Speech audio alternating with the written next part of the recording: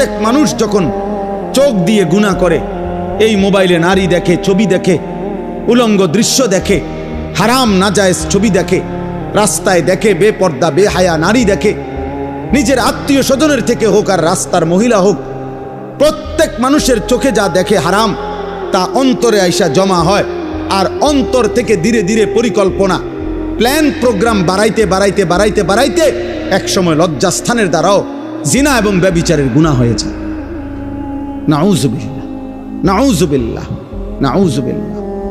আজকে ছেলেরা, তোমাদের চেহারা দেখলে বোঝা যায় বাপ, মাত্র বয়স 18 বছর, চেহারার মধ্যে রসকস নাই। 16, 18, 20 বছরের ছেলেদের সাফা ভিতরে ঢুকে গেছে।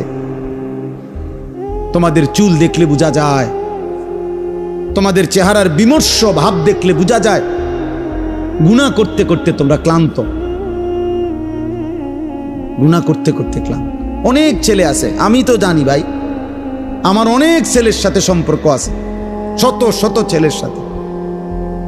ওরা নিজেরাও বলছে, হুজুর মাঝে মাঝে গুনাহ করতে করতে ক্লান্তি, অর্থাৎ মোবাইল দেখতে দেখতে আর ভাল লাগে না, তো এমনি হাত টানা দিয়া মানে শুধু শুধু টানতেছে, মানে আর ভাল লাগতেছে না, ও কি করবে? আহা, তার জবান দিয়া তো আল্লাহর নাফরমানের শয়তান তারে এমন মোহর মারিয়া দিছে, 2-4-10 ঘন্টাতেও তো এই নাফরমান মোবাইলের এই দৃশ্যগুলো ছাড়া, মোবাইলের আর বন্ধুদের আড্ডা ছাড়া একটা বার তার মুখ দিয়ে আল্লাহ এই শব্দটাও বাইর হয় না।